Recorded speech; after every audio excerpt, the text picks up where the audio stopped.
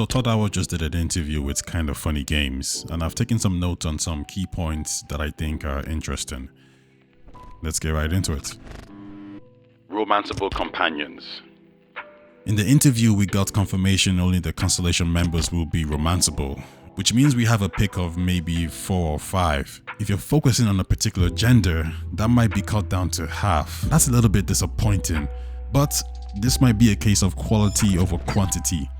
From the previous interview, Bethesda confirmed they want relationships to feel a lot more complex and meaningful. Decisions you make can and will affect how your companions and partners view you. And making a wrong decision or one that they don't agree with won't necessarily lead to an instant breakup. It can lead to fights, more disagreements, or change the nature of the relationship, which feels a lot more natural and realistic. So there's certainly depth there, but I will admit, I was hoping for more.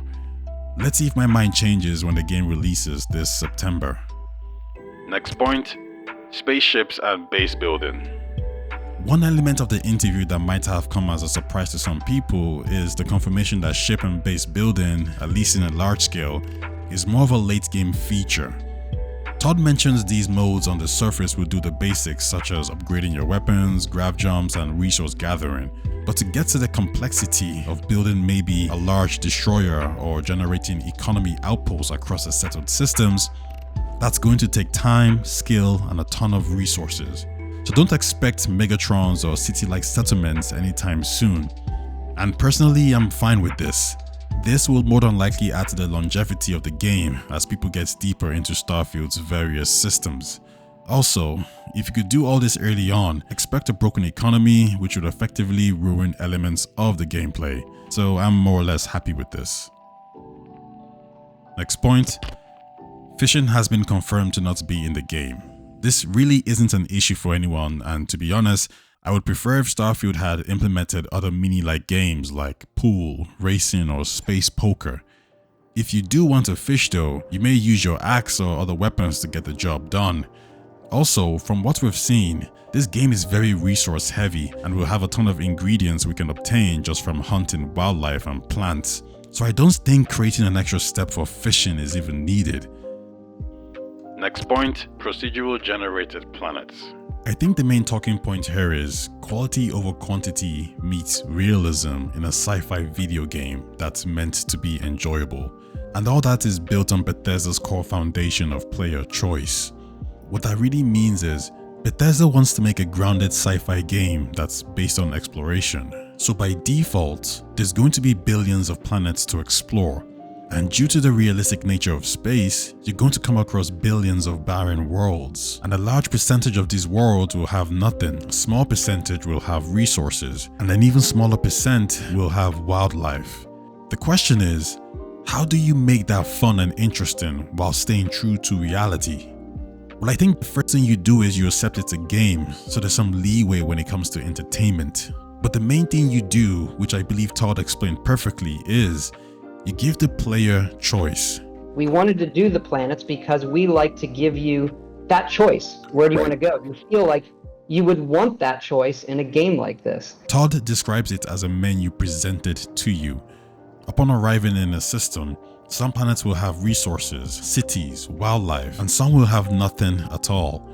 It's then up to you, the player, to decide which ones you want to engage with. Do you want to survey a planet and map out its alien creatures, which according to Todd will be around 10% of the 1,000 planets available?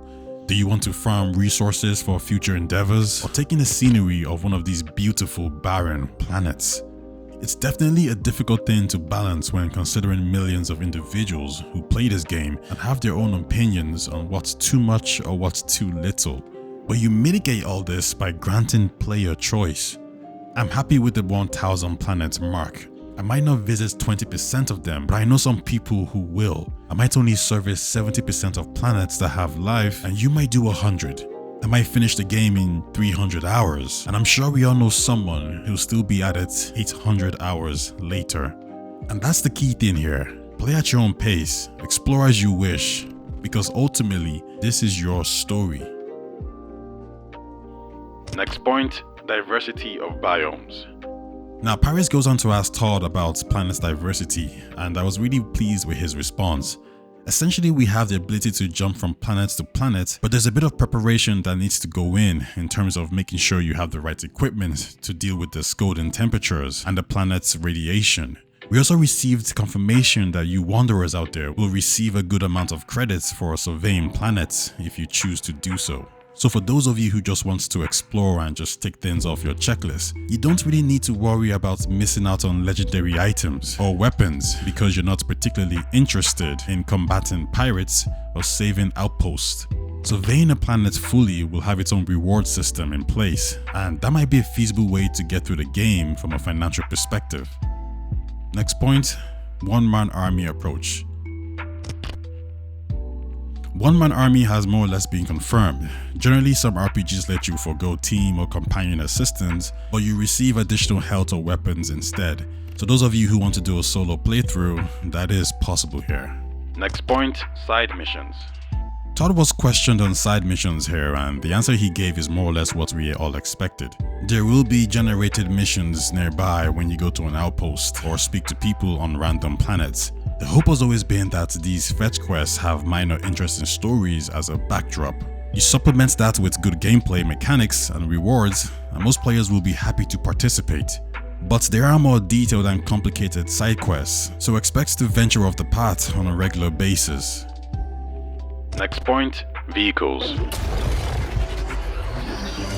We now have confirmation that driving or operating any vehicle apart from your spaceship is currently not a feature in this game. Now, this comes somewhat as a surprise to me because if these planets are as big as we think they are, getting from point A to B could be a chore. In fact, it feels like it might hinder people's willingness to explore or survey planets fully. Now, there are some mitigating factors here, such as having the ability to land anywhere you want on a planet, having the ability to fast travel back to your ship, and of course, the use of jetpacks. This will essentially allow you to cover large distances and even more if the planet's gravity is low or non-existent. Overall, the lack of vehicles in this game comes as a surprise, but I'm sure Todd and his team have thought about it and scaled the game in a way that exploration still remains viable and enjoyable. We'll find out more when the game drops in September. But to close off, Starfield is a game of its parts, and it's how all these parts connect that will ultimately determine if this game is a great game or an RPG defining game. We'll see. Anyways, if you guys enjoyed the video, consider liking, and if you enjoyed the content, consider subscribing. Speak soon.